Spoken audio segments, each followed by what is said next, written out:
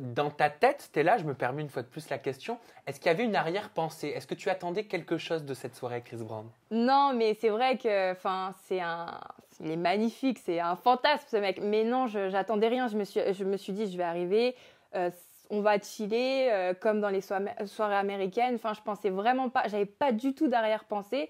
Je m'imaginais pas du tout comment ça allait se passer. Je savais pas en fait où j'allais, mais je voulais vraiment y aller et découvrir, voilà, de moi-même. Et est-ce que tu as peut-être pensé à un moment donné, ou peut-être posé la question dans ton fort intérieur et te demander ce que lui attendait de cette soirée en faisant venir des filles?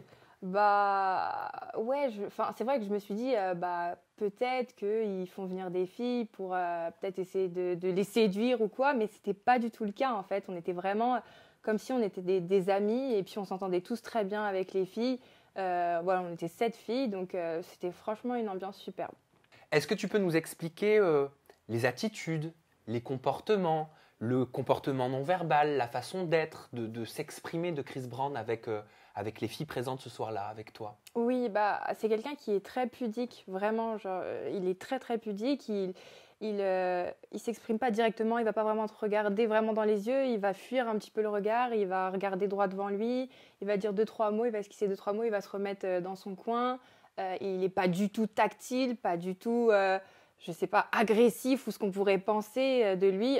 Franchement, pas du tout. J'ai été super étonnée. Mais tu as pu échanger, tu as pu parler un petit Oui, peu? on a pu parler un petit peu, on a échangé un petit peu, mais c'était très cordial, très tranquille, quoi. Après, je comprenais un mot sur deux, donc voilà, quoi. Et la soirée, elle a duré jusqu'à quelle heure? Donc la soirée, pour nous, elle a duré jusqu'à 7h30. 7h30, donc d'environ minuit à 7h30. Mais on a écouté ces musiques toute la soirée.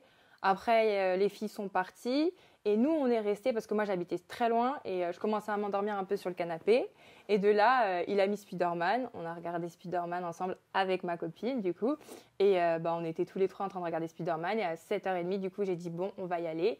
Et on est partis tout simplement. On était vraiment seuls avec lui.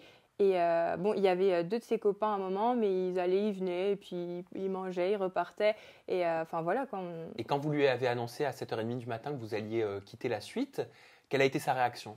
Bah, il nous a dit ah d'accord, vous partez. Et nous a fait un hug. Et puis après, il a dit bah moi je vais dormir de toute façon. Et nous on est partis vers la porte. De là, il y a quelqu'un qui nous a rendu nos téléphones parce qu'en fait, ils prennent les téléphones pour ne pas qu'il y ait de snap, etc. Parce qu'on rentre quand même dans son intimité. Et voilà quoi. C'est-à-dire que vous n'avez pas le droit d'utiliser vos téléphones pendant Non, que vous êtes on n'a dans pas le la droit suite. d'utiliser nos téléphones. Mais par contre, si tu te dis j'ai besoin d'envoyer un message à ma mère ou quoi, bah, il y a son ami qui va venir prendre son téléphone. Il va te le ramener, tu vas écrire ton message, il va te le reprendre et il va le reposer Et par donc, sécurité. quel est véritablement l'intérêt de confisquer quelque part les téléphones? Bah, éviter peut-être de filmer des choses trop intimes. C'est vrai qu'il fumait beaucoup ses potes. Là-bas aux États-Unis, c'est légal, la verte. Du coup, La marijuana? Ouais, la marijuana. Du coup, peut-être qu'il voulait cacher ça, je pense. Donc, interdit de garder nos téléphones.